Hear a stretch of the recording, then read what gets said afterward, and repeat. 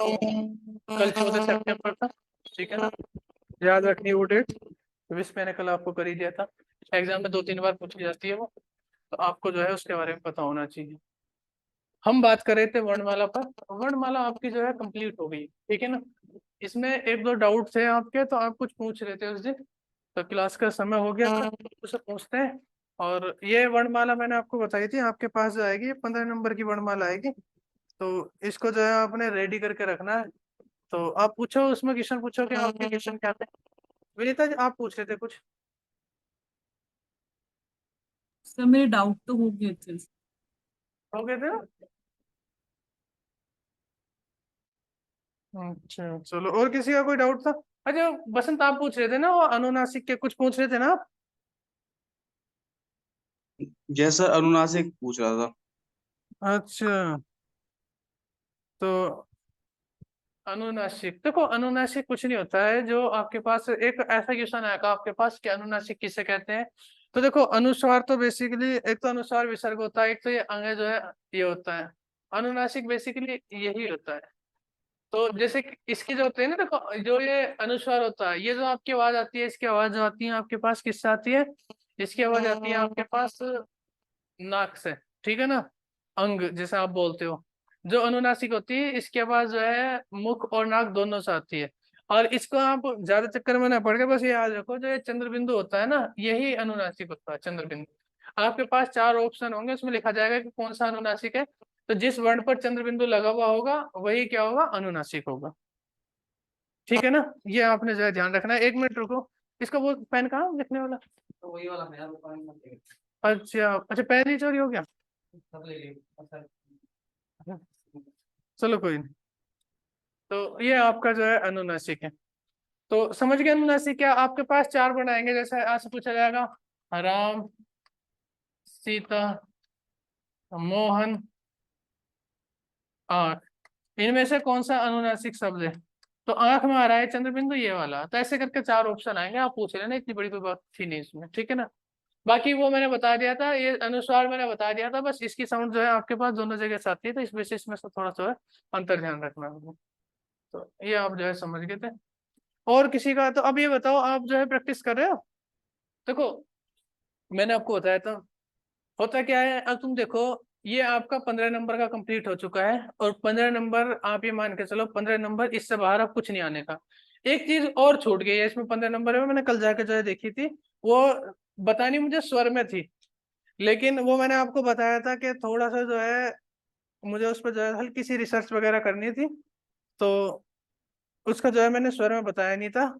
तो वो है कि मुंह खुलने के आधार पर स्वर कितने प्रकार के होते हैं। मुंह खुलने के आधार पर स्वर कितने प्रकार के होते हैं, जैसे आपने सुना होगा समृत स्वर, अर्ध स्वर, विवृत स्वर, अर्ध विवृत स्वर। ये ऐसा आपने देखे होंगे ना, इसमें क्वेश्चन आ जाते हैं, एक दो क्वेश्चन कभी कभार आ जाता है। वैसे पूरे चांस है कि ऐसा क्वेश्चन जो है नहीं आया आपके पास, लेकिन अगर फिर भी आ जाता है तो आप जो है उसे कर देना, कोई इसमें इतनी बड़ी बात नहीं है। अब देखो इसमें क्या है, ये मैं पहले ही दिन ही पहली क्लास में बताया था स्वर के अनुसार, लेकिन मैं आपको बताऊं, ये मैंने जो है 6-7 बुक देखी, और सभी में अलग अलग दिख रखा है। फिर मैंने कमीशन के पेपर देखे, कभी कमीशन ने कुछ और मन लगा रखा है, कभी कमीशन ने कुछ और अलग लगा रखा है। तो बड़ा जटिल पोर्शन था ये वाला। तो मैंने इसमें काफी समय लिया, काफी कुछ करने के बाद तो कुछ खास रिजल्ट मुझे ऐसा मिला नहीं। मैंने पृथ्वीनाथ पांडे का देखा, उन्होंने अलग दे रखा है, उसको अलग दे रखा है, मतलब सबने अलग अलग डिवाइड कर रखा है। रीजन इसका यह है डिवाइड करने का कि मुंह खुलने के आधार पर आप डिवाइड करोगे तो कैसे करोगे? क्यों? मुंह खुलने के आधार पर ऐसा तो है नहीं कि इंच टेप है या कोई चीज है जो आप जो है वर्णों को माप लोगे। लेकिन फिर भी तुम्हारे एग्जाम के हिसाब से अगर आएगा तो जो मैं बता रहा हूँ आप इनको जो है लिख देना, ठीक है ना। तो आप हेडिंग डाल, वही है बस, इसे जो है 5 मिनट का, उसके बाद नया चैप्टर स्टार्ट कर रहे हैं। ये स्वर का छूट गया था अपने के पास, ठीक है ना। लिखो,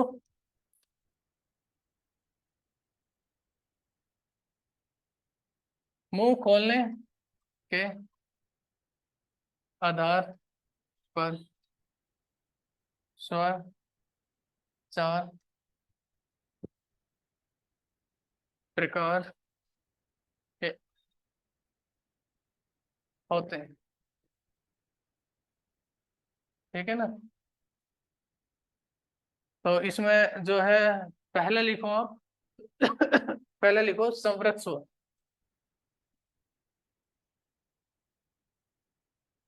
देखो जब आप ल्यूसेंट में देखोगे अलग, पृथ्वीनाथ पांडे में देखोगे अलग, मतलब जितनी भी बुक है सब में अलग अलग है। बड़ा कन्फ्यूजन है, तो ये मैंने ही आपको पहले बता रहा हूँ कि इसमें कोई एक जगह फिक्स नहीं है। दूसरा क्या है, इसको प्रैक्टिकली करके नहीं देखा जा सकता। तीसरी बात यह है कि अभी इस पर किसी का एक मत हुआ नहीं है, तो बड़ा विवादित है। तो क्वेश्चन जो आएगा बस इतना आएगा कि मुंह खुलने के आधार पर स्वर कितने प्रकार के होते हैं, 4 प्रकार के। फिर भी पूछा जाएंगे तो जो विवादित वर्ण नहीं है उनसे नहीं पूछता, जो सिंपल वर्ण है उनसे पूछता है। लेकिन फिर भी जैसे मैं बता रहा हूँ, आप इसको लिखो तो पहले लिखो समृद्ध स्वर। तो लिखो, जिन स्वर के उच्चारण में मुंह सबसे कम खुलता है उन्हें समृद्ध स्वर कहते हैं। देखो, जिन स्वर के उच्चारण में, ठीक है ना, मुंह सबसे कम खुलता है, जिन स्वर के उच्चारण में मुंह सबसे कम खुलता है उन्हें समृद्ध स्वर कहते हैं। इसमें लिखो, इसमें एक तो बड़ी ई ई देख रहे हो सबसे कम खुल रहा है, ई ई उ उ। तो आप देख रहे हो इनमें जो है मुंह सबसे कम खुल रहा है। देखो आप देखो, खुद महसूस करो, ई ई उ। तो मुंह खुल ही नहीं रहा है, तो इसका मतलब ये क्या होते हैं, ये होते हैं समृद्ध स्वर। इनके उच्चारण में क्या है, सबसे कम जो है मुंह खुल रहा है। ये कॉपी कर लिया होगा। अगला लिखो अर्ध समृद्ध स्वर। दूसरा है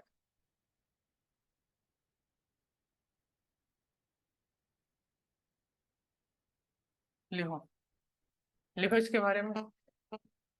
जिन स्वर के उच्चारण में, जिन स्वर के उच्चारण में समृद्ध स्वर से, जिन स्वर के उच्चारण में समृद्ध स्वर से अधिक मुंह खुलता है, समृद्ध स्वर से कुछ अधिक मुंह खुलता है, मतलब समृद्ध स्वर से थोड़ा सा ज्यादा। जिन स्वर के उच्चारण में समृद्ध स्वर से कुछ अधिक मुंह खुलता है उन्हें अर्ध समृद्ध स्वर कहते हैं। जैसे लिखो इसमें ए ओ।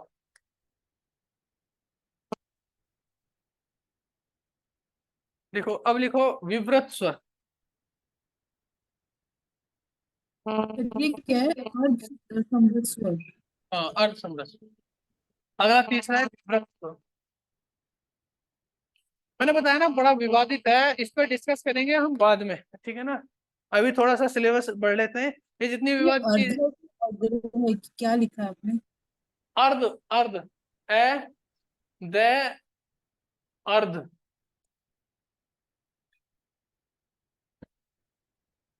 अर्ध समृद्ध। अब नीचे है विव्रत स्वर, व ई व में रह और तय, विव्रत स्वर। इसके बारे में लिखो, जिन स्वर के उच्चारण में मुंह सबसे अधिक खुलता है, जिन स्वर के उच्चारण में मुंह सबसे अधिक खुलता है।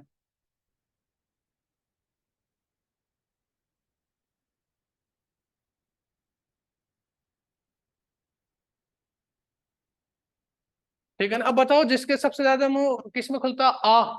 तो आ में जो है सबसे ज्यादा मुंह खुलता है, आप देखते हो ना इसमें।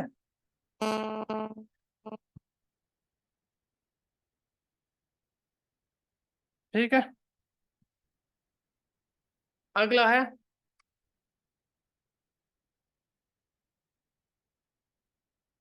अर्ध विवृत स्वर। लिखो, इसमें लिखो, जिन स्वर के उच्चारण में, जिन स्वर के उच्चारण में विवृत की तुलना में, जिन स्वर के उच्चारण में विवृत की तुलना में थोड़ा कम मुंह खुलता है, थोड़ा कम मुंह खुलता है। जिन स्वर के उच्चारण में विवृत की तुलना में थोड़ा कम मुंह खुलता है उन्हें अर्ध विवृत स्वर कहते हैं।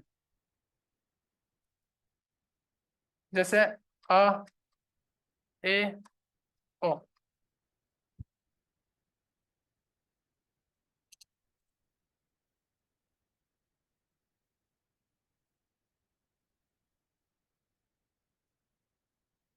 ठीक है ना। तो ये है, मैंने थोड़ा बता दिया, बड़ा विवादित है। डिस्कस करेंगे किसी दिन। अब तुम्हें तो एग्जाम से, अब जो मैं बताऊँ ना, इसका कोई मापदंड नहीं है। मापदंड का मतलब ये है कि कैसे हम मापे। मुंह खुलने के अनुसार है, तो सबने अपने अपने हिसाब से जो है सोचा। दूसरी बात यह है कि जितने हिंदी के अंदर विद्वान हुए सबने अलग अलग बताया। दूसरी और जो सबसे अच्छी बात होता है, एक होता है मानकीकरण। देखो मानकीकरण का मतलब क्या होता है? मानकीकरण का मतलब ये होता है कि किसी इशूज पर लेकर कोई विवाद चल रहा है। जैसे मान के चलो, मैं ये कहना चाह रहा हूँ, देखो मानकीकरण का मतलब इसे ऐसे समझो, जैसे कोई आदमी है वो कह रहा है कि ख ऐसे लिखेंगे, एक दूसरा आदमी है वो कह रहा है ख ऐसे लिखेंगे, एक कह रहा है ख ऐसे लिखेंगे, ठीक है ना, और एक कह रहा है कि ख को हम ऐसे लिखेंगे। अब ये जो है, ये सब विद्वान अपना अपना बता रहे हैं। लेकिन जब मानकीकरण होता है तो मानकीकरण के अंतर्गत होता क्या है, सरकार बैठती है बीच में, सरकार एक मीडिएटर का काम करेगी और सरकार डिसाइड करेगी कि कौन सा वर्ड जो है ठीक है, कौन सा वर्ड ठीक है। तो अगर सपोज करो सरकार ने ये बोल दिया कि ये ठीक है, इसका मतलब अब सबको सहमति इसी पे देनी पड़ेगी। तो इसका मतलब होता है कि मानकीकरण कर दिया अब सरकार ने। तो जिन चीजों का मानकीकरण हो रखा है उनको तो ठीक है, वही माना जाएगा। लेकिन जिनका मानकीकरण नहीं हो रखा है ना, उनमें प्रॉब्लम ये आती है कि ये हिसाब नहीं लगा पाते कि कौन सा ठीक है कौन सा गलत। लेकिन फिर भी तुम्हारा कम्पिटिटिव एग्जाम है तो इतना आएगा नहीं। और ये जो मानकीकरण का चैप्टर है आपके एग्जाम में है नहीं, ये मानकीकरण का चैप्टर आपको पीसीएस में है ये, और उसमें बाकी हम देख लेंगे, अगर समय मिलेगा तो मानकीकरण तुम्हारा करा दूंगा। मानकीकरण का मतलब यही है, हिंदी में बहुत सारी चीजें अलग तरह से आप पढ़ते हो तो उनका मानकीकरण अभी हो रहा है। कुछ का हर साल होता ही रहता है कि कुछ वर्णों का, कुछ शब्द का, कुछ ना कुछ होता रहता है मानकीकरण। तो उसमें हम देखेंगे कि कैसे कैसे मानकीकरण हुआ, किस किस चीज को लेकर हुआ है। तो ये बात है। तो चलो छोड़ो, अब हमारा तो काम एग्जाम निकालने का है। तो ये देखो, ये तुम्हारा 15 नंबर जो है यहाँ पर होते हैं कंप्लीट, 15 नंबर कंप्लीट होते हैं। तो देखो अब मैंने वो बताया था कि इन्हीं से बाहर कुछ नहीं आने का। अब तुम्हारी गारंटी के 15 नंबर से बाहर अगर तुम कुछ वो इसमें से कुछ आता है, अब तुम्हारा काम क्या, ऑब्जेक्टिव टाइप के पेपर करो जितने भी हैं। अब उसको जो है करना। अब तुम खुद बताओ, जब पहली क्लास थी तुम्हारी तो मैं तुमसे एक बात कह रहा था कि बुक लेना, बुक की कोई बुक मत लेना, बुक की कोई जरूरत नहीं होने की, केवल प्रैक्टिस के लिए कर लेना। आप खुद बताओ, अगर आपके पास ऑथेंटिक बुक आपने ली होंगी, जैसे कोई भी पृथ्वीनाथ पांडे या कोई भी किसी भी उसकी, तो आपको खुद लग रहा होगा कि आप जो है इतना कंटेंट इसमें से छांट ही नहीं पाते। रीजन क्या था, ये ऑब्जेक्टिव टाइप का हमने जो है निकालने की कोशिश करी है, तो इतना नहीं निकाल पाते तुम आप बुक पढ़ के। और ये आप रियलिटी मानो कि जितने बच्चे जो है घर पर बुक से तैयारी कर रहे हैं ना, इतने समय में वो इतना नहीं कर पाए होंगे। देखो हमने कितने हमारे लगे इसमें 5 से 6 घंटे, और इतनी चीज अगर तुम 6-7 किताबों से निकालते तुम्हें 1 महीना लग जाता। ठीक है ना। और ये क्या है, अब तुम्हें दिमाग पे जोर देना भी नहीं पड़ा, इतनी ज्यादा सिरदर्दी नहीं करी। हमने जो है तुम्हारे सामने जो है एकदम जो है परस दी ये चीजें, आप ऐसे समझो। अब अगला, अच्छा ये सिलेबस यार सबके पास होना चाहिए, सिलेबस देखते रहो, ठीक है ना। अगला चैप्टर है जिसका नाम है विराम चिन्ह। इस चैप्टर को हम 2 नंबर में पढ़ेंगे और ये बेसिकली तुम्हारे एग्जाम में आएगा 5 नंबर का। देखो सिलेबस देख लेना, सिलेबस में साफ दे रखा कि ये चैप्टर इतने नंबर का। वर्णमाला दे रखी थी इन्होंने 15 नंबर में, 15 का पूरा हो गया। अब हम बात कर रहे हैं 5 नंबर में। इन 5 नंबरों को हम करेंगे 2 दिन के अंदर, एक आज और एक नेक्स्ट क्लास में जब भी होगी। तो अब आप मान के चलो तुम्हारे जो है अगली क्लास तक 20 नंबर पूरे हो जाएंगे, 80 में से, 100 में से। तो 100 में से देख रहे हो 20 नंबर तो तुम्हारे मैंने पूरे करा दिए। और ये 20 ऐसे है कि 20 में से एक भी नहीं कटना चाहिए, मैथ्स की तरह है, कोई वो नहीं, कटने की कहीं गुंजाइश ही मत रख छोड़ना। तो हेडिंग डालो एक बढ़िया सा, विराम चिन्ह।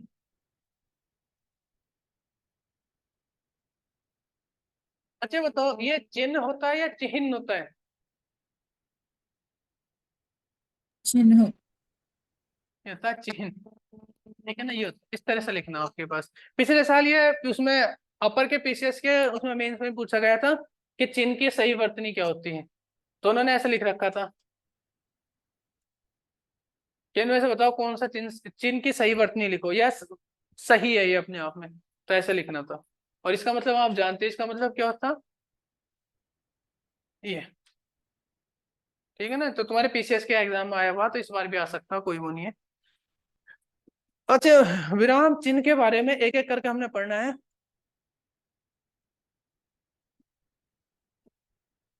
विराम चिन्ह का क्या मतलब होता है, आप मुझे बताओगे क्या होता है? देखो विराम, बताओ, हम में से कोई बताना चाह रहा हूँ, अभी बोलेगा जो थोड़ा थोड़ा। सेंटेंस के बाद आता है। जी। सर जो किसी सेंटेंस के खत्म होने के बाद आता है, कौन विराम। तो सही है, कितने प्रकार के होते हैं? पूर्ण विराम, अर्ध विराम। ठीक है। देखो, विराम का जो शाब्दिक अर्थ होता है वो होता है विश्राम, अर्थात ठहराव, अर्थात रुकना। ठीक है ना, मतलब कुछ समय के लिए, कुछ क्षण के लिए कहीं पर रुकना, उसी का मतलब होता है विराम। जैसे आप बोलते हो ना, आपने सुना होगा रामायण वगैरह के, आप यहाँ पर जो है विराम की, तो विराम का मतलब है ठहराव, रुकाव या रुकना या ठहरना, जो कुछ भी आप जानते हो। ठीक है ना, तो अब इसको आप पढ़ो, इसको देखो करते क्या, इसका एक मतलब समझो। और इसका बड़ा इंपॉर्टेंट मतलब होता है विराम का, मतलब ये आप ऐसे समझो किसी शब्द का अर्थ से अनर्थ कर देता है। ठीक है, जैसे एक मत करो, एक है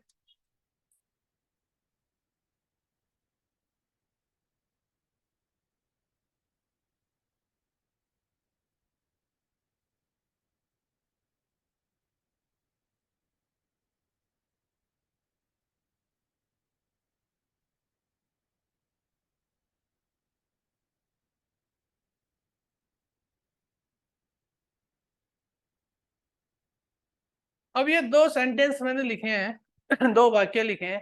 देखो, पहले का मतलब है रोको मत जाने दो, दूसरा है रोको मत जाने दो। इनका भाव बताओ।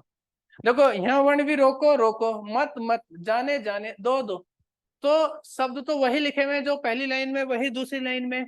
लेकिन इनका अगर आप भाव देखोगे तो भाव देखो, पहले का भाव क्या निकल रहा है, तो पहले का भाव निकल रहा है रोको मत जानो दो, अर्थात इस बात का मतलब ये हुआ कि किसी आदमी को रोक लो, उसको पकड़ लो, उसको मत जाने दो।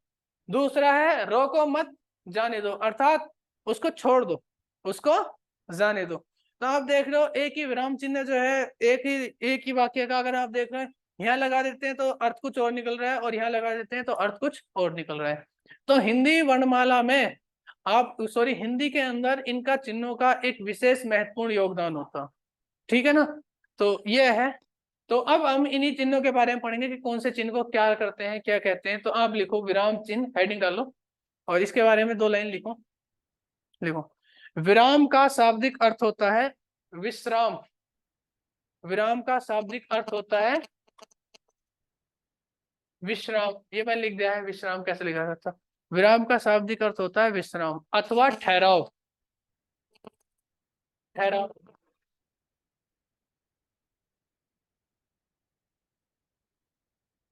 विराम का शाब्दिक अर्थ होता है विश्राम अथवा ठहराव। फिर ऐसा जो है, ये पूर्ण विराम का साइन लगाओ, उसके आगे लिखो। लिखो, सर ये ये ऊपर वाली स्क्रीन में दिखती है, दिख नहीं रहा क्या? जहाँ पे शाम लिखा है, और ये जो अब अब दिख ठीक रहा है। है, अब ठीक है। विराम का शाब्दिक अर्थ होता है विश्राम अथवा ठहराव। आगे लिखो, लेखन कार्य में भावों अथवा विचारों को,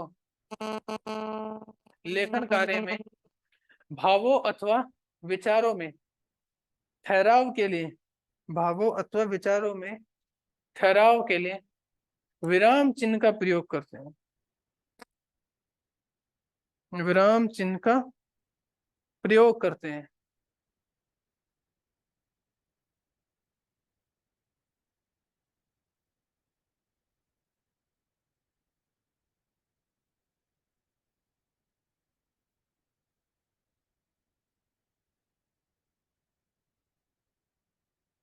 ठीक है ना,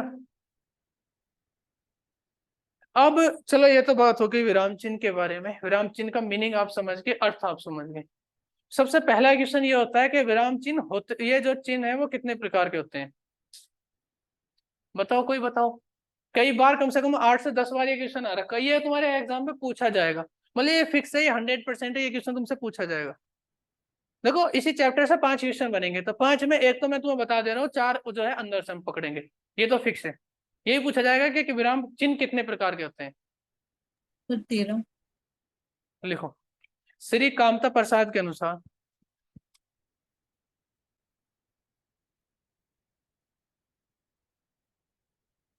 श्री कामता प्रसाद के अनुसार, श्री कामता प्रसाद के अनुसार चिन्ह 20 प्रकार के होते हैं। कितने प्रकार के होते हैं? 20 प्रकार के। एग्जाम में केवल यही पूछा था कि श्री कामता प्रसाद के अनुसार चिन्ह कितने प्रकार के होते हैं? 20 प्रकार के। वैसे कहीं पे आपको 21 भी मिल जाएगा, कहीं पर 22 भी मिल जाएगा, तो उससे घबराना नहीं है। 21 22 20, 20 21 22, एग्जाम में जो क्वेश्चन आएगा वो पूछा जाएगा सिंपल कि श्री कामता प्रसाद के अनुसार चिन्ह कितने प्रकार के होते हैं। तो कितने प्रकार के होते हैं? 20 प्रकार के होते हैं। लिखो इसमें एक नोट लिखो 500 रुपए का। लिखो श्री कामता प्रसाद के अनुसार पूर्ण विराम,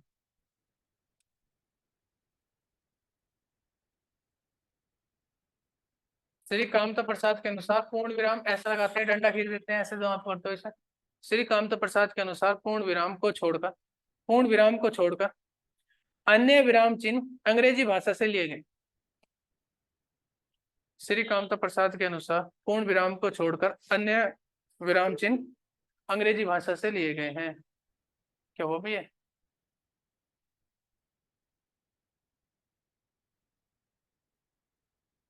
ठीक है ना?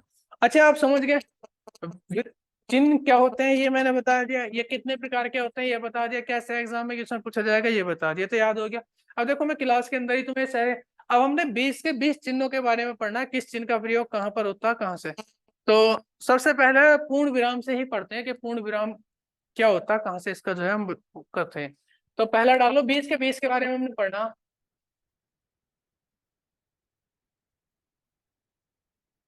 अभी तो तुम्हें जैसे मैं बता रहा हूँ ना, देखो अभी तो मैं वन भी ऐसा लिखा रहा हूँ, ये तुम्हें हिंदी में ही लिखने होंगे आगे।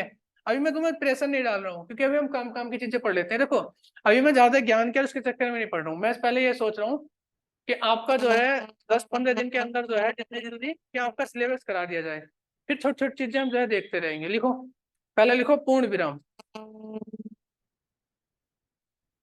लिखो इसके बारे में। देखो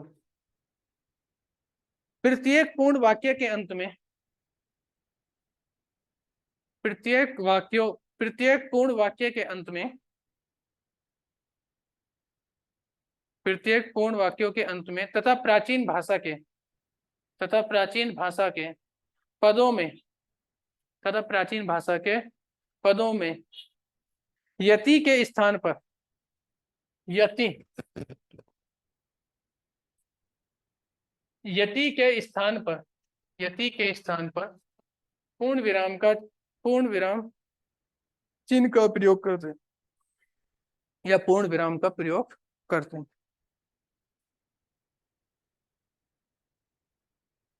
देखो याद रखना पूर्ण विराम तो बड़ा सिंपल है, इसे तो आप जानते ही हो पहले से।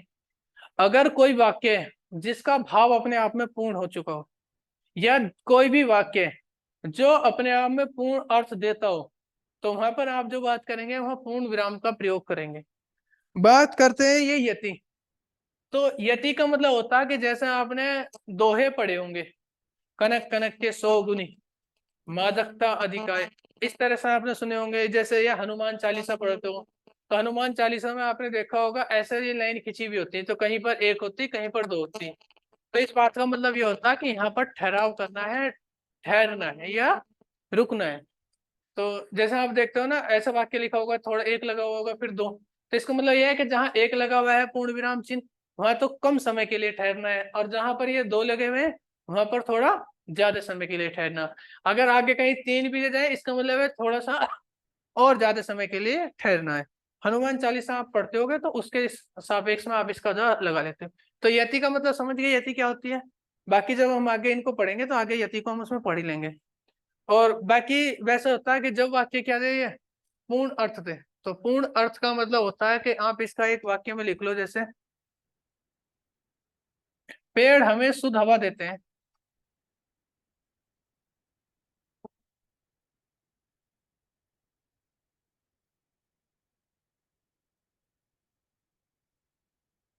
तो पेड़ हमें क्या है, शुद्ध हवा देते हैं। पूर्ण अर्थ है जैसे हमें इनको बचाना चाहिए, हमें इनको बचाना चाहिए। तो जहां पर ये जौन सा भी चिन्ह लगाओगे ना इसको, या तो कलर कलर चेंज कर देना या ऐसे अंडरलाइन कर देना कि दूसरा पेन नहीं है तो, ठीक है ना। तो ये हो गया आपके पास पूर्ण विराम। पूर्ण विराम को आप जानते हैं, यहाँ से थोड़ा क्वेश्चन कमी बनता, आगे हम बात करते हैं। अगला हेडिंग लिखो, अगला दूसरा है उपविराम।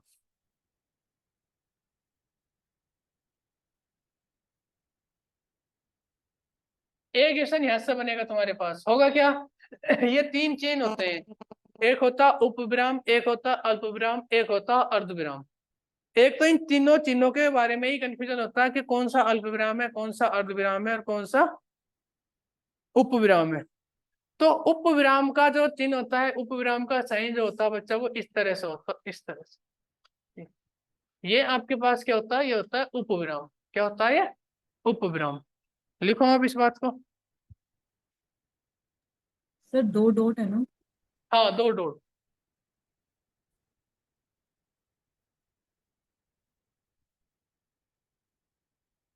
लिखो किसी इसकी डेफिनेशन लिखो। किसी शब्द की सीमा निर्धारण के लिए, किसी शब्द की सीमा निर्धारण के लिए, किसी शब्द की सीमा निर्धारण के लिए अथवा लिखित संवादों में, अथवा लिखित संवादों में उपविराम का प्रयोग करते हैं, उपविराम का प्रयोग करते हैं। इसका मतलब आप समझे? देखो इसका मतलब क्या है कि किसी शब्द की तुमने सीमा निर्धारण करनी है। सीमा निर्धारण का मतलब आप समझते हो कि जैसे मैं आपसे बोल रहा हूं, एक वर्ड लिया मैंने, एग्जाम्पल भी यही आएंगे जो मैं बोल रहा हूँ ना, यही एग्जाम्पल आएंगे, यही होते हैं एग्जाम्पल भी, सब टीचर इन्हीं को पढ़ाते हैं, ठीक है ना। जिसमें मैंने एक शब्द दिया विज्ञान, तो इस विज्ञान से क्या तात्पर्य है? तो विज्ञान से तात्पर्य है, अब मैं कह रहा हूं कि आप ऐसे लिखो, किस पर? विज्ञान पर। तो आप जो है विज्ञान का, आपका मन है आप नेगेटिव लिख सकते हो इसके बारे में या पॉजिटिव लिख सकते हो, लेकिन मैंने इसकी सीमा बांध दी और मैंने 2 चिन्ह लगाए ऐसे, और मैंने लिख दिया विज्ञान एक वरदान। तो अब तुम्हें इसकी केवल पॉजिटिव चीजें ही लिखनी होंगी। तो आप देख रहे हो हमने क्या काम करा, एक ही शब्द की सीमा का निर्धारण कर दिया। जैसे एक आदमी है राजू। अब संवाद का मतलब क्या होता है? संवाद का मतलब होता है बातचीत करना, 2 आदमी आप और हम संवाद कर रहे हैं। तो उसको जब कभी आप देखोगे ना, ऐसा भाव देने के लिए, जैसे आप कॉमिक्स पढ़ी हो आपने, आप पत्र पत्रिकाएं पढ़ते हो, तो उसमें होता है जैसे राजू है, ये पूछ रहा कल तुम कहाँ गए थे, पूर्ण विराम। जैसे राजू, राजू के बाद तो दूसरा नाम क्या हो, लिख लिख देते हैं शीतल। नहीं नहीं कोई बात नहीं। मोह। अब ये बता रहे हैं, कल मैं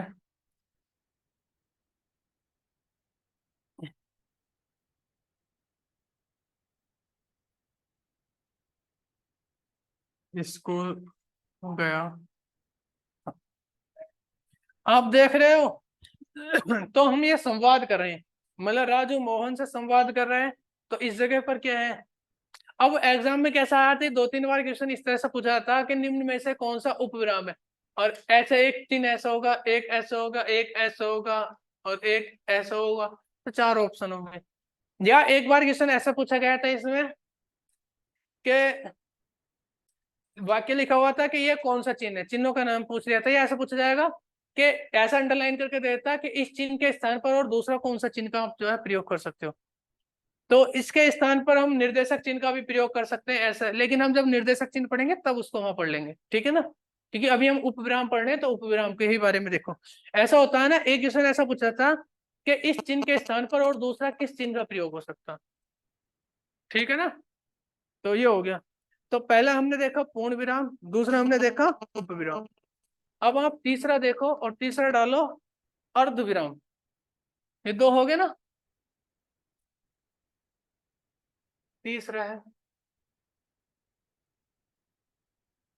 अर्ध विराम।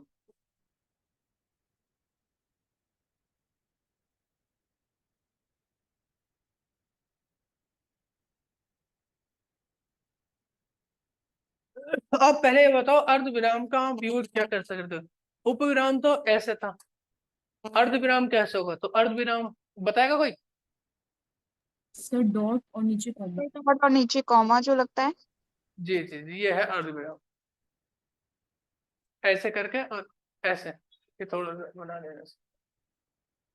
बताओ इसका यूज कहाँ पर करोगे आप? देखो, किसी और सब्जेक्ट में तुम्हारे 15 नंबर इतनी जल्दी तैयार नहीं कर सकते, और वो भी कॉन्फिडेंस के साथ।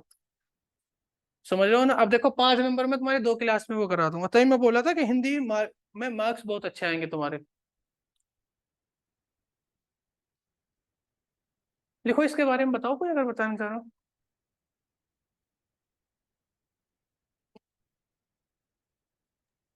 सर जहाँ पर थोड़ी देर तक ठहराव आता है। ठीक है, लिखो।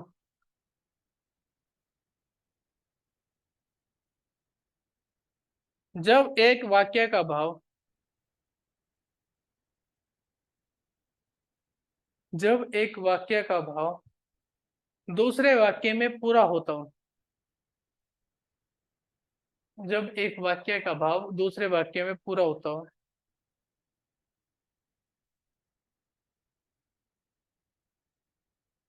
वहां अर्धविराम का प्रयोग करते हैं।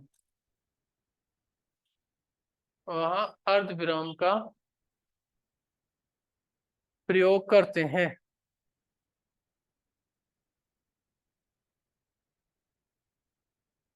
आगे लिखो। अथवा, अथवा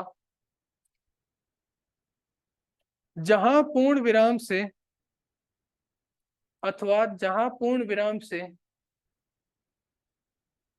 जहां पूर्ण विराम से थोड़ा कम ठहरना हो या ठहरते हो, अथवा जहां पूर्ण विराम से थोड़ा कम ठहरते हो, वहां भी अर्धविराम चिन्ह का प्रयोग करते हैं।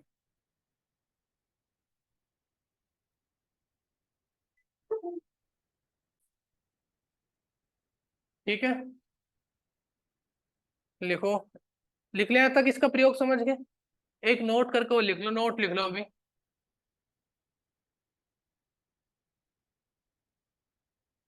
अर्धविराम के स्थान पर अल्प विराम, अर्धविराम के स्थान पर अल्प विराम, और इस तरह से बस, अर्धविराम के स्थान पर अल्प विराम का भी प्रयोग किया जा सकता है। मतलब इसके स्थान पर अल्प विराम का भी प्रयोग कर सकते हैं, ये भी कर सकते हैं। रीजन समझ गए? जहां एक वाक्य का भाव दूसरे वाक्य पर निकलता हो, या दूसरे वाक्य का भाव पहले वाक्य पर निकलता हो।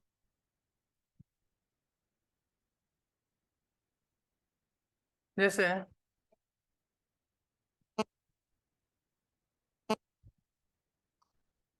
वह एक सनकी आदमी है,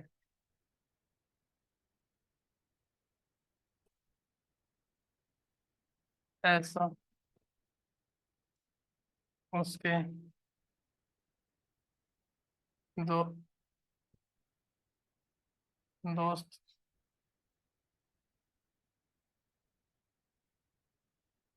अब आप मुझे ईमानदारी से बताओ, वह एक सनकी आदमी है, ऐसा उसके दोस्त कहते हैं। कोई वाक्य पढ़ेगा, ऐसा उसके दोस्त कहते हैं, तो या है ना, ऐसा उसके दोस्त कहते हैं, क्या कहते हैं उसके दोस्त, कैसा कहते हैं? तो किसी दूसरे वाक्य में भाव छुपा हुआ है, तो यहाँ क्या हो जाएगा? यहाँ आपके पास ये अर्धविराम का प्रयोग। अलग पेन से लगाना या कुछ और करना? जैसे दूसरा,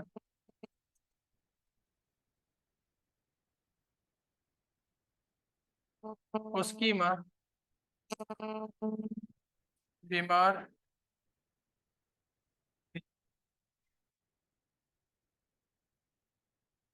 इसलिए वह स्कूल नहीं आई। यहाँ भी क्या है? और यहाँ जो है आप अल्प विराम का भी प्रयोग कर सकते थे। तो तीसरा वाला चिन्ह का आप जो है समझ गए, उतारो आप इसे।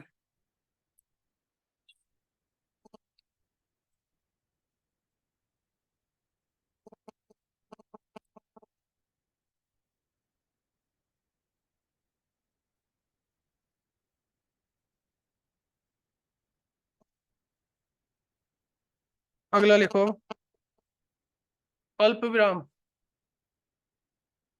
अगला है अल्प विराम।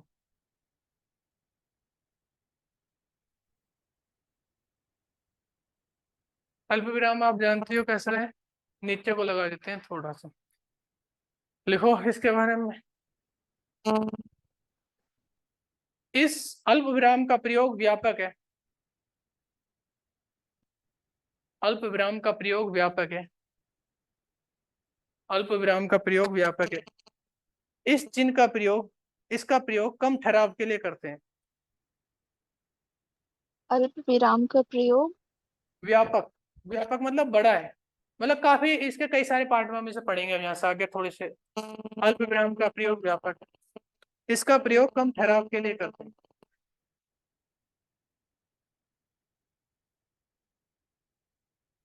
ठीक है ना, कम ठहराव के लिए करते हैं। इनका प्रयोग निम्नलिखित स्थानों पर होता है। इनका प्रयोग या अल्प विराम का प्रयोग निम्नलिखित स्थानों पर होता है। अल्प विराम का प्रयोग निम्नलिखित स्थानों पर होता है।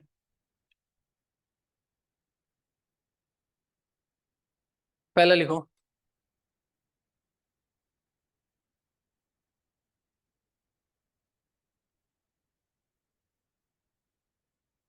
पहला लिखो क्या कर, इन्हीं क्या मत लिखो, रोमन अंकों में लिखो 1, क्योंकि वैसे तो आप ऐसे लिख रहे हो रोमन अंकों 1 2 ऐसा करके लिखेंगे। तो पहले 1 लिखो, इसका प्रयोग बता रहा है, इसका कहाँ पे प्रयोग होता है पहले लिखो। इसके 4 प्रयोग हैं, 4 नहीं इसके होंगे, सॉरी इसके 4 नहीं, इसके 8 जगह प्रयोग होंगे। तो 8 पार्ट में हम इसको पढ़ने वाले हैं। पहला लिखो, जब वाक्य में 2 या 2 से, जब वाक्य में 2 या 2 से अधिक समान पद आए, जब वाक्य में 2 या 2 से अधिक समान पद आए और उनमें संयोजक शब्द, और उनमें संयोजक शब्द, डू यू नो अबाउट संयोजक शब्द? आप संयोजक शब्द के बारे में जानते हो?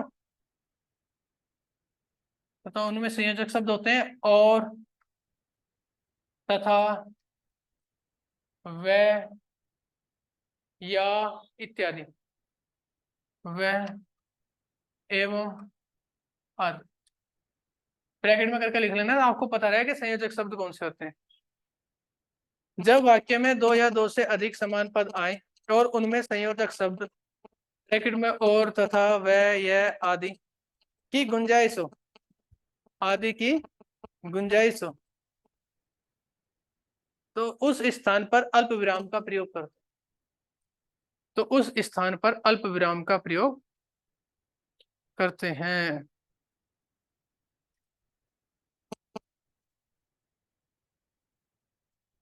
जैसे मैं आपसे बोल रहा हूँ, देखो इन्होंने एक बात वाक्य में 2 या 2 से अधिक समान पद आए हो, जैसे आप एक देखो, राम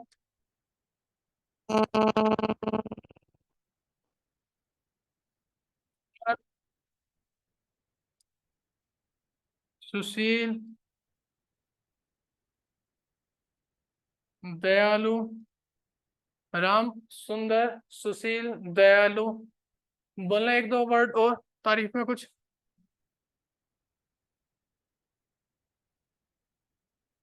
बोलो। राम सुंदर सुशील दयालु और सबल है। तो आप इसमें एक चीज देख रहे हो, आप राम की तारीफ कर रहे हो, तो उसके लिए आपने वर्ण बताए कौन से, सुंदर सुशील दयालु और सबल। तो यहाँ ध्यान ये रखना है कि आप यहाँ जो है किसका प्रयोग करोगे, कॉमर्स अल्प विराम। अल्प विराम।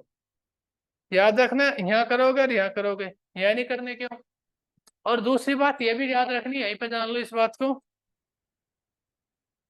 कि जब कभी आप किसी की तारीफ करते हो तो तारीफ में जब आप और शब्द लगाते हो तो सबसे लास्ट के दो में लगाते हो। अर्थात ऐसे नहीं कर सकते थे कि राम सुंदर और सुशील फिर दो में लगा के दयालु सबल है, नहीं, ये जो और लगता है ये लास्ट के लगता है, लास्ट में, लास्ट के दो में। शुरू वालों में कोमा ही लगता है, मतलब और को यहाँ नहीं लगा सकते थे, कोमा यहाँ नहीं लगा सकते थे। जैसे मान के चलो ऐसे लिखते हैं राम सुंदर सुशील दयालु सबल और ईमानदार है, तो फिर और यहाँ जाता, यहाँ से सबल से आगे आ जाता। समझ गए ना क्या कहना चाह रहा हूं मैं? अंतिम दो में और लगाते हैं। वैसे जब वाक्य शुद्धिकरण करूंगा तब मैं बता दूंगा इस बात को, लेकिन चलो यहाँ याद आ गया तो मैं नहीं कहूँगा। आगे हम बात करते हैं। क्लियर है? ये कॉपी कर लिया? जी। चलो आगे लिखो। हाँ तीसरा लिखो। तीसरा थोड़ी दूसरा होगा ना, अभी तो पहले ही कराया ना अभी तो। सेकंड है ये। हाँ लिखो। ऐसे दो वाक्यों के बीच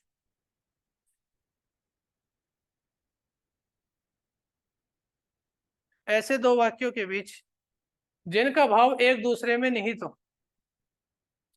ऐसे दो वाक्यों के बीच जिनका भाव एक दूसरे में निहित हो, जिनका भाव एक दूसरे में निहित हो, वहां पर भी अल्प विराम का प्रयोग कर सकते हैं।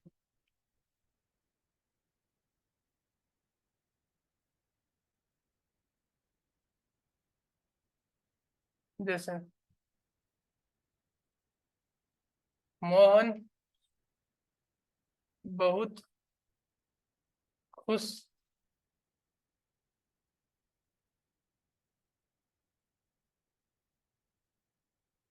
वाक्य बोलना, कोई वाक्य भी एक दूसरे पर डिपेंड वाक्य लिख सकते हैं।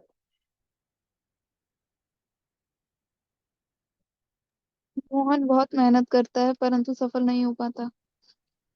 हाँ ये भी सही है।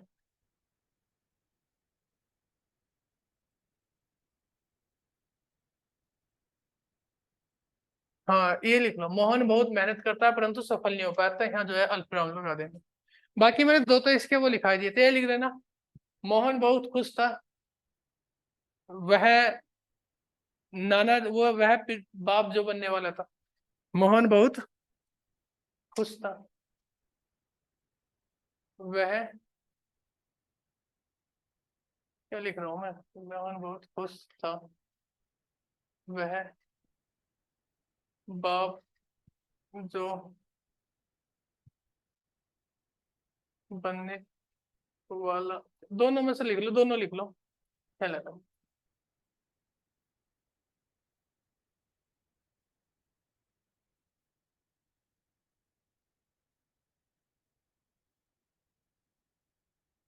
अगला लिखो, तीसरा लिखो। दी गई संज्ञा या सर्वनाम के विषय में, दी गई संज्ञा या सर्वनाम के विषय में सूचना के रूप में, दी गई संज्ञा या सर्वनाम के विषय में सूचना के रूप में, सूचना के रूप में आने वाली, सूचना के रूप में आने वाली संज्ञा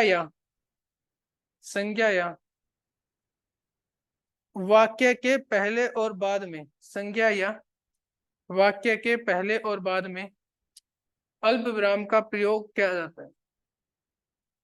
वाक्य के पहले या बाद में, पहले और बाद में, पहले और बाद में, एक रिपीट कर रहा हूँ मैं, दोबारा रिपीट कर रहा हूँ। दी गई संज्ञा या सर्वनाम के विषय में सूचना के रूप में आने वाली संज्ञा या वाक्य के पहले और बाद में अल्प विराम का प्रयोग किया जाता है। अल्प विराम का प्रयोग, इस वाक्य को, बात को समझो पहले। इस बात का मतलब ये है कि कोई वाक्य है, किसी वाक्य में आप संज्ञा या सर्वनाम, संज्ञा और सर्वनाम को इंग्लिश में बोलते हैं नाउन और प्रोनाउन, ठीक है, नाम वाम, नाम या किसी वस्तु का नाम उम, इस तरह से संज्ञा या सर्वनाम की आप विशेषता बता रहे हो उस वाक्य में, तो फिर वहां पर जो है आप इसका क्या है, अल्प विराम का प्रयोग कर सकते हैं। जैसे कि वाक्य है रावण लंका का राजा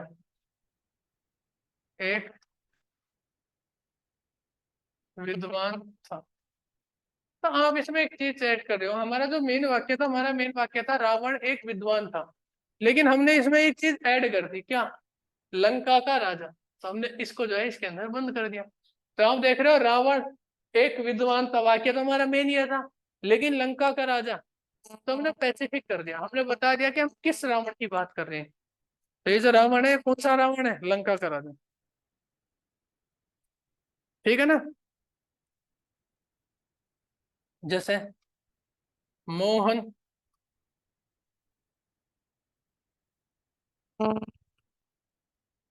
जिन के विषय में तुम कल बात कर रहे रहे थे,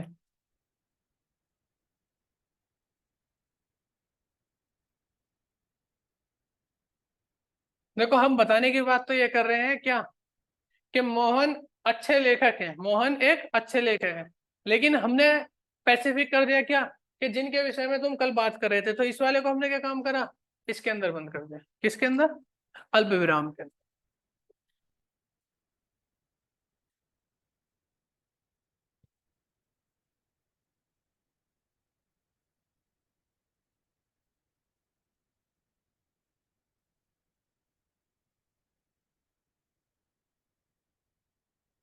अगला लिखो।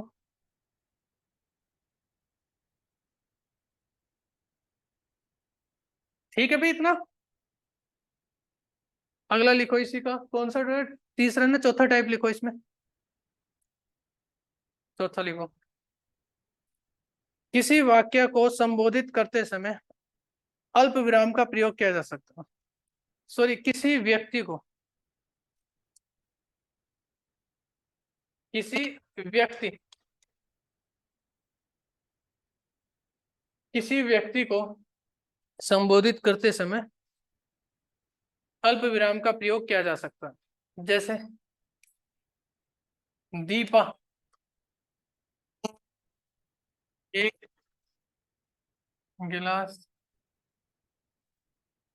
पानी दो। दीपा एक गिलास पानी दो। तो दीपा को संबोधित कर रहे हैं, तो यहाँ जो है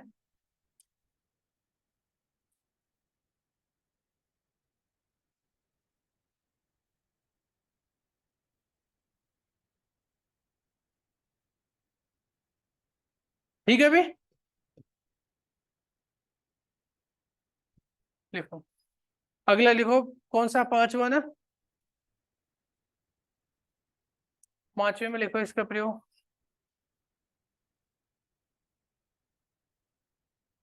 देखो, कुछ शब्दों के स्थान पर अल्प विराम का प्रयोग किया जा सकता है, कुछ शब्दों के स्थान पर अल्प विराम का प्रयोग किया जा सकता है।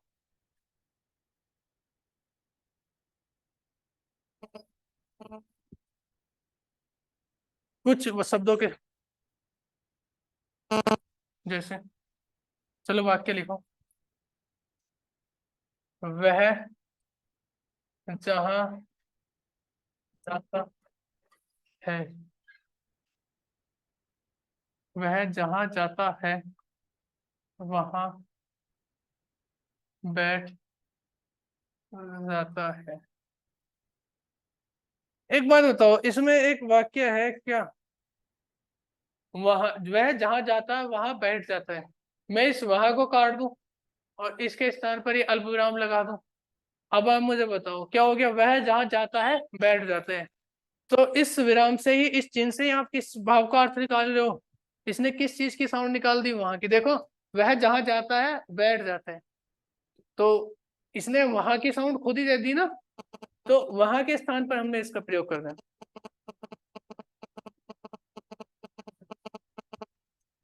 ऐसे वह कब तक आएगा,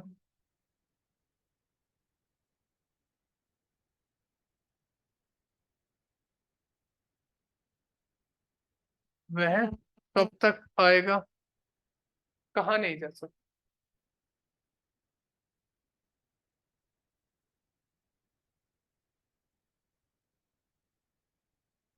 आप देख रहे हो वह कब तक आएगा, यह कहा नहीं जा सकता, तो यह वर्ड क्या है इसमें, यह सब गायब है, मिसिंग है, तो यह के स्थान पर कर दिया।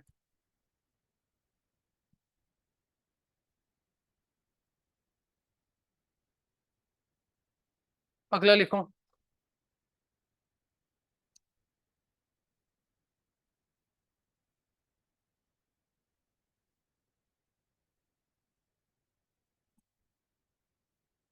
अगला लिखो, लिखो प्रत्यक्ष कथनों के, अगला छठा, प्रत्यक्ष कथनों के मुख्य कथन से पहले, प्रत्यक्ष कथनों के मुख्य कथन से पहले अल्प विराम का प्रयोग होता है। प्रत्यक्ष कथनों के मुख्य कथन से पहले अल्प विराम का प्रयोग होता है। जैसे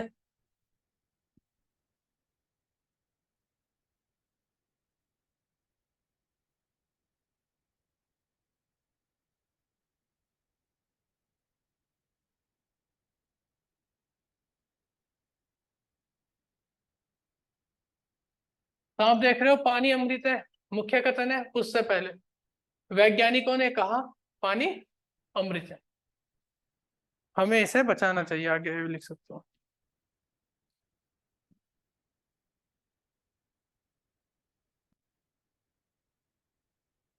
अगला लिखो, सातवां, हाँ नहीं बस सचमुच, हाँ सातवां है ना, नहीं बस सचमुच, हाँ नहीं बस सचमुच, अच्छा, अच्छा, अच्छा जैसे शब्दों से, अच्छा जैसे शब्दों से शुरू होने वाले वाक्यों में, अच्छा जैसे शब्दों से शुरू होने वाले वाक्यों में इन शब्दों के बाद, इन शब्दों के बाद अल्प विराम का प्रयोग किया जाता है।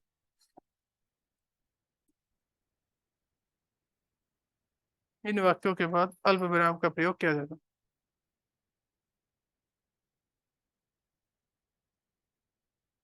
आगे लिखो, जैसे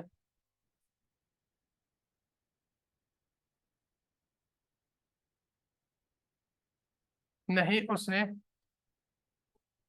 मुझे नहीं बताया, नहीं उसने मुझे नहीं बताया। जैसे बस इतनी छोटी सी बात, करते नहीं है ये बातें, ये बहुत।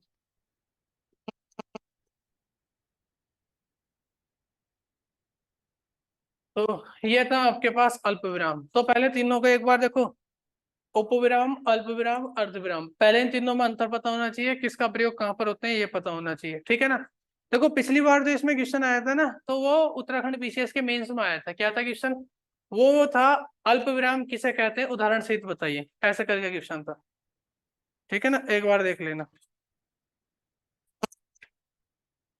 अब कितने वो चिन्ह हो गए, चार हो गए ना, ये तो हम ये उसके अंदर, छठी है ना भैया, 8 थे ना। हाँ ये सब एक ही था, ये सारे उसके अंदर ही पढ़े थे नहीं ना। नहीं, अरे इसके आपने बोले थे ना कि ये 8 प्रयोग होते हैं, तो अभी ये 7 नहीं हुए हैं आई थिंक। अच्छा आठवां कोई खास नहीं है, चलो आठवां लिख लो, लिखना चाह रहे हो लिखो, लिखो। यदि वाक्य के बीच कुछ शब्द, यदि वाक्य के बीच कुछ शब्द, यदि वाक्य के बीच कुछ शब्द, यदि वाक्य के बीच कुछ शब्द, ब्रैकेट में, ब्रैकेट के अंदर लिखो, जैसे पर, इसलिए, जो, तो, जो, तो, किंतु परंतु, किंतु परंतु, लेकिन, बल्कि, अतः, क्योंकि आदि, ब्रैकेट बंद कर दो, आदि ब्रैकेट बंद कर दो, का प्रयोग होता है, का प्रयोग होता है, का प्रयोग होता है। तो इन शब्दों से पहले अल्प विराम का प्रयोग करते हैं, तो इन शब्दों से पहले अल्प विराम का प्रयोग करते हैं।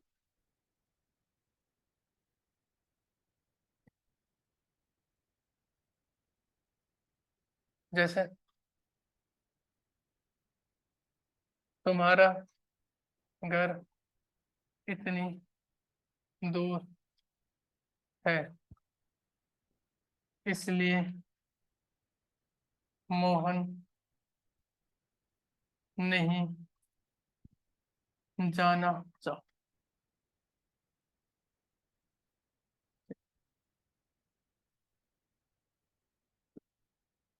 ठीक है ना। देखो कुल मिला के मैंने आपको बताया कि कितनों का प्रयोग करना है आपने, आपने ये 20 है, तो 20 में से 4 पढ़ लिया वहां आपने, ठीक है ना। तो अब आप एक काम करो, 4 तो हो चुके हैं, अब डालो 5वां, 5वां है ना। तो 5वें में एक हल्का सा ले लेते हैं, प्रश्नवाचक चिन्ह।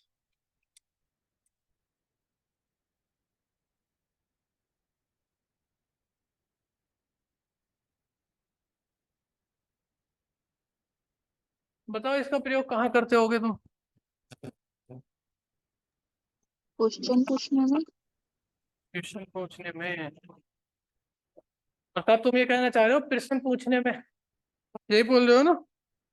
हाँ, जब क्वेश्चन है लास्ट में लगता है ना ये क्वेश्चन मार्क, क्वेश्चन मार्क बोलते हैं ना इसको। पहले तो आपने बोला ना जो सवाल प्रश्न पूछने में, आपने यही गलत बोल दिया।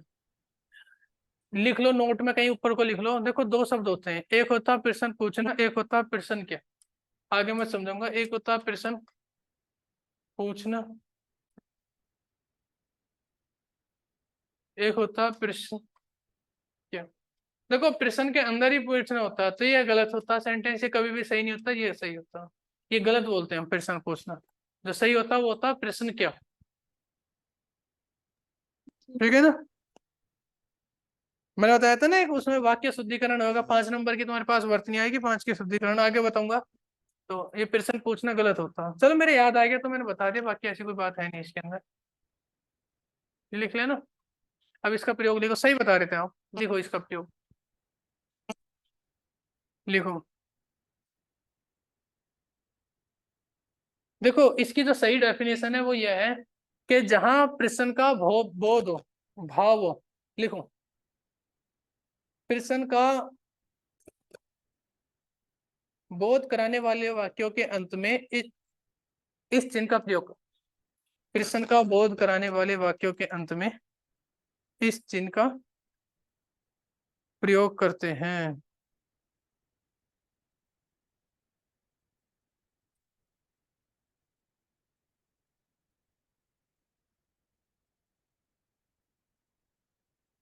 प्रश्न का बोध कराने वाले वाक्यों में इस चिन्ह का प्रयोग करते हैं। जैसे जैसे दादा जी कब आएंगे, वहां कौन खड़ा है। लिखो, समझ गए ना। लिखो इसी में ही प्रश्न के भाव वाले वाक्य में भी इसका प्रयोग करते हैं, जहां प्रश्न के भाव वाले वाक्य में भी इस चिन्ह का प्रयोग करते हैं, प्रश्न के भाव वाले वाक्य में भी इस चिन्ह का प्रयोग करते हैं।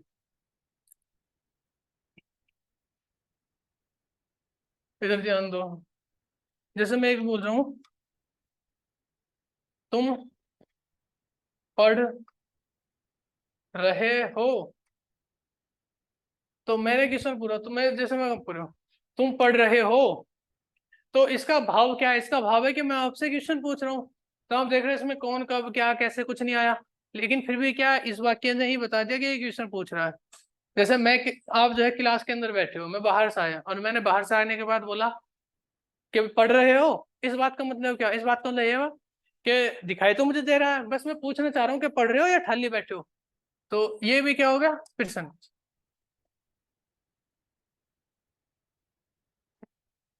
ठीक है ना, ये समझ गए। एक नोट डालो, इसके अंदर नोट लिखो, लिखो नोट करके। कभी कभी प्रश्नवाचक शब्द होने पर भी, कभी कभी प्रश्नवाचक शब्द होने पर भी, कभी कभी प्रश्नवाचक शब्द होने पर भी वाक्य का भाव प्रश्नवाचक नहीं होता है। वाक्य का भाव प्रश्नवाचक नहीं होता है। कभी कभी प्रश्नवाचक शब्द होने पर भी वाक्य का भाव प्रश्नवाचक नहीं होता। ऐसी स्थिति में प्रश्नवाचक चिन्ह नहीं लगाते। ऐसी स्थिति में प्रश्नवाचक चिन्ह नहीं लगाते।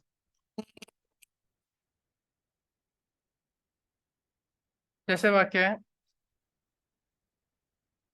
उसने मुझे बताया कि कल वह कहाँ। अब मुझे बताओ, इसके अंदर ये कहाँ वर्ड आ गया। उसने मुझे बताया कि वह कल कहाँ गया था। तो आप देख रहे हो प्रश्नवाचक चिन्ह नहीं लगाएंगे, जबकि कहाँ है लेकिन चिन्ह नहीं लगाया। रीजन, क्योंकि बोध नहीं हो रहा है, प्रश्न का बोध नहीं हो रहा। तो मेन बात है वो फीलिंग समझनी है क्वेश्चन की। ठीक है भाई, तो ये आपके पास हो गया।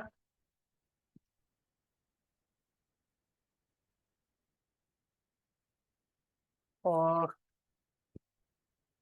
तो एक काम करते हैं, कितने हो चुके हैं, हमने ये 5 पढ़ लिए, 15 रह गए।